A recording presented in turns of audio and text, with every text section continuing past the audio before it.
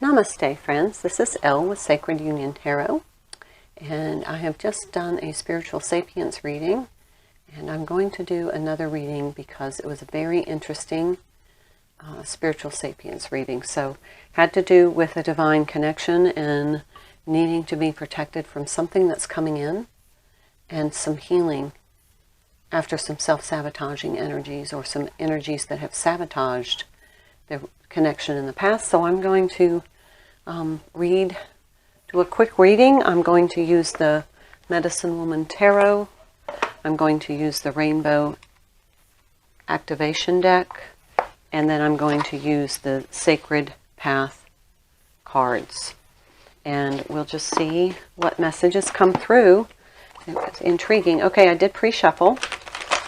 And I always pre-shuffle, but I have also pre-shuffled my Crystal Visions clarification deck in case I need clarification.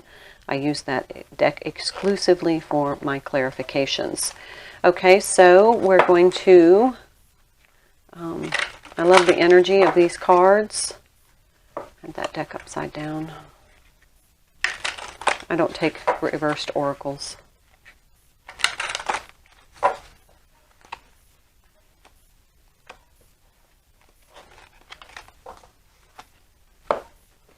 Pull one of those later. And so, hope you are well.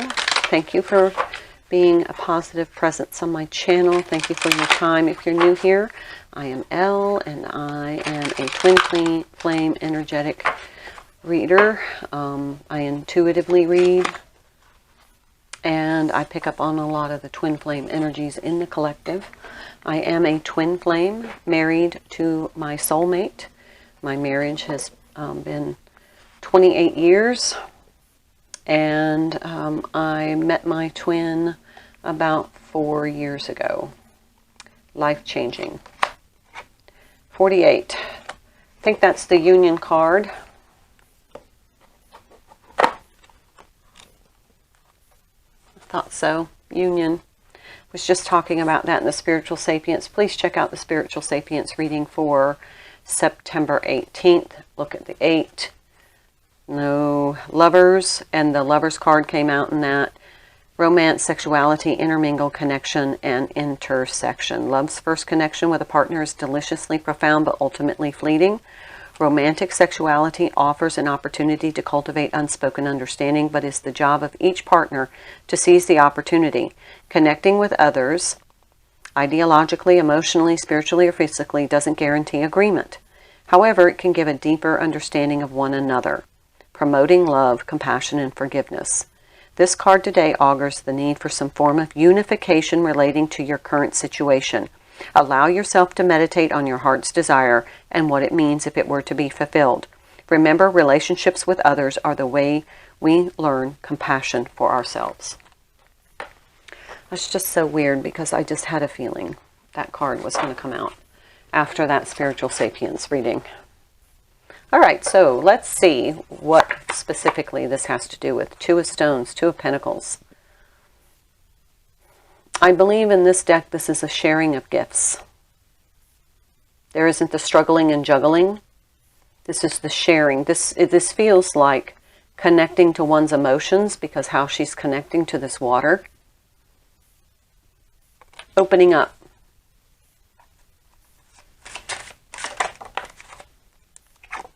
Six of Wands.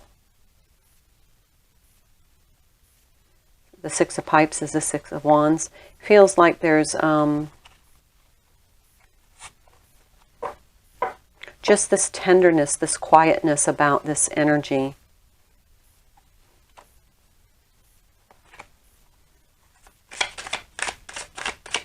Interesting. Seven of Pipes, Seven of Wands.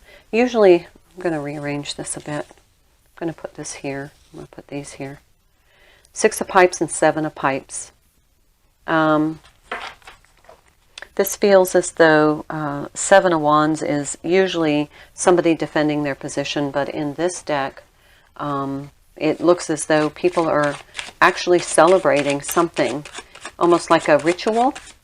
So I'm going to take one more card, and then we're going to look at some of the meanings. These cards have a little different meaning. And I will just kind of briefly, they're like 2 or 3 words meaning, so I want to take a look at those. There we go. 5 of Stones, 5 of Pentacles. So let's see what these messages are together. Okay, so the 2 of Stones. Reflect on potential use of resources. Okay, I'm sorry it was not sharing of gifts, but look at possible resources. But also I feel like this is emotionally connecting, allowing your feelings to flow back and forth between you and your twin flame, or your soul connection, whatever. And then the 6 of Pipes. Adapt and receive your blessings. With the 7, overcome doubt or by action of the self unbound. So this is releasing yourself and accepting and receiving your blessings. And the 5 of Stones is, give away the first fruits of your talent. So this is creating this flow, absolutely. This is receiving, giving and receiving, giving and receiving. So you need to be in this flow of giving and receiving your energy to your divine partner. Holy cow, that makes perfect sense. I knew this was just going to be one of those readings. Ecstasy, the lovers. Oh my. That is the flow of love between you two. And I told you the lovers came out in that spiritual sapience. How often does that happen? Wheel of Fortune. This is your fated destiny. So let's see over here. What energy from this side? Harvest Lodge of the Stones. The Harvest Lodge is usually it says provide plenty. This is the Queen. This is the Queen of Pentacles. So this is the loving, nurturing, providing emotional support.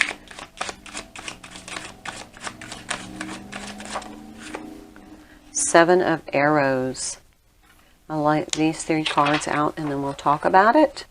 The 7 of Arrows here. Usually the 7 of Arrows is malicious intent for me. But in this case, we have the Devil in reverse. Overcoming some toxicity, maybe. We'll see in just a second. 7 of Arrows is usually malicious intent, but in this, it is not. And this is the Hierophant. This is my Divine Masculine. One of the Divine Masculine cards. The other is the Emperor. Okay, so let's talk about the 7 of Arrows. In this deck, it means listen to the truths of the sages. So this is wisdom. And let's see the Hierophant. Look for your opportunity to make a subtle entry into the minds and hearts of those you want to affect. Timing and the way of presentation are the utmost importance. Okay, so as you are connecting with your twin flame, or your divine union, your counterpart, it's very important that you kind of allow this flow to happen and not try to force anything. Not try to, listen to your higher self and be in that loving, nurturing, feminine grace. And here's the 8 of Arrows on the bottom of the deck. And the 8 of Arrows usually is being very trapped in that sword-like energy, but here it's like an exchange of gifts. So the 8 of Arrows is commit to a way. So commit to a positive way of dealing with your twin or your divine counterpart. Let's take, I'm going to go ahead and shuffle these again. I just felt like I needed to. This is a very clear-cut message, and it's absolutely beautiful energy. So grateful that I went ahead and continued after the spiritual sapience, because these two are definitely connected. I will try and get them posted together. Introspection and goals. This is a 10 card, a 10 card.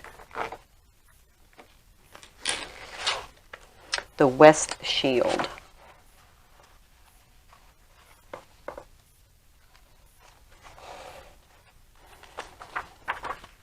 Power of woman to seek answers.